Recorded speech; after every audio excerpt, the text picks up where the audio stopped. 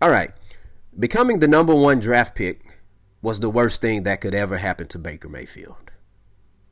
Being the number one pick in the NFL draft 4 or 5 years ago was one of the worst things that could happen career-wise to Baker Mayfield.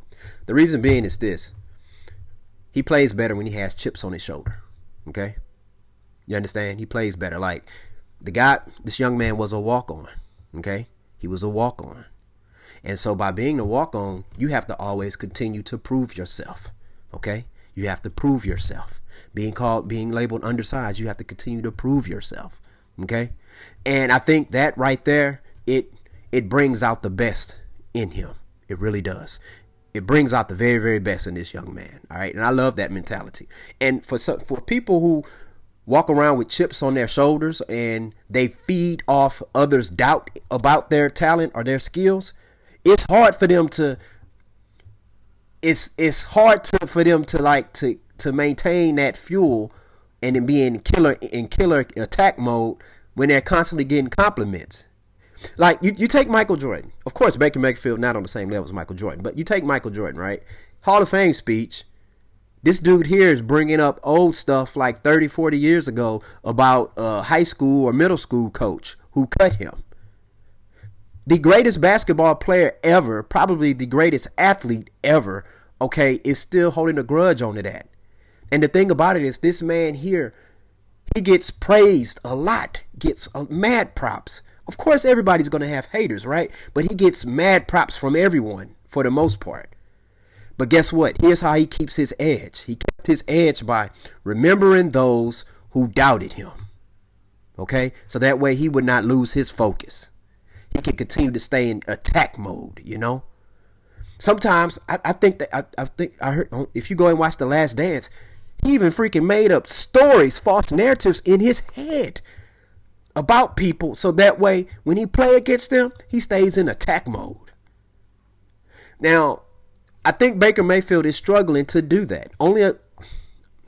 Everybody is not capable of doing that, okay? So I think with Baker Mayfield, what he's gonna, if you notice, when there wasn't high expectations for him, he excelled. He did well. But then after they won 11 games the next year, okay, well, he wasn't the same. Now, he did get hurt, shoulder. Now, he did decide to play. And that's the thing, man. You're going to have your haters and your supporters no matter which way you choose, whether or not to do the surgery or continue to try to play it. You know what I'm saying? And he tried to play through it, end up hurting the team.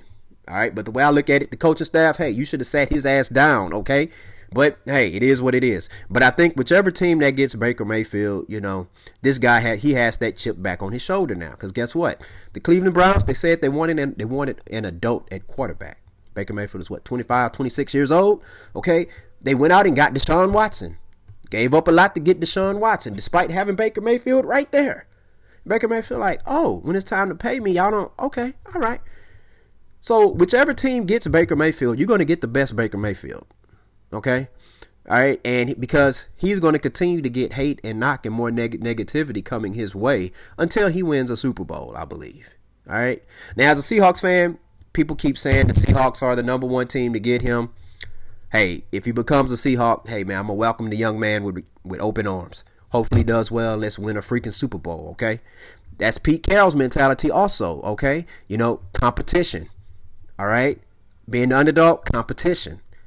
Pete Carroll drafted a roster full of underdogs, people who were told they weren't going to be able to do this and that or whatever, right?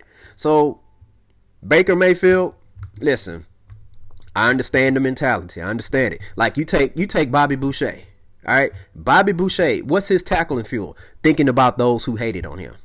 If he didn't have those who hate on him, who bullied him and all that stuff, who picked on him, guess what? He wouldn't have any tackling fuel. Incredible Hulk. Like, let's say if everybody was just nice to the Incredible Hulk all the freaking time, we would never get the Hulk.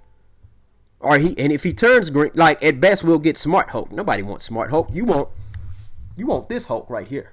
That's the Hulk you want. You notice I don't have Smart. Who has Smart Hulk on their wall? They got this Hulk when he gets mad and angry. You see them veins popping? You want to mess with him? I don't think so. Okay, so unless you're Thanos, but the thing about it is this. Everybody's not Thanos, okay? Everybody has a weakness, all right?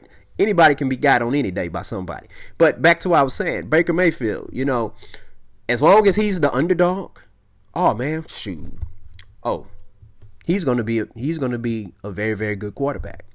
Potentially great quarterback as long as he's the underdog, because he's out to prove something. And now he has a lot to prove to a lot of people. All right, those bags of chips has gotten bigger. Got Costco size and Sam size bags of chips, Lay's and Ruffles on his shoulders. All right, so whichever team gets him, I think they're gonna get a real good quarterback. I really do. But share your thoughts in the comment section below. Tell me, what do you think about Baker Mayfield? Do you think Baker Mayfield can recover from this and be the quarterback that he was 2 years ago? Okay, or do you think it's all downhill for Baker Mayfield? Share your thoughts in the comment section below. Hit that like and subscribe button. Student of the Game Podcast. Peace out.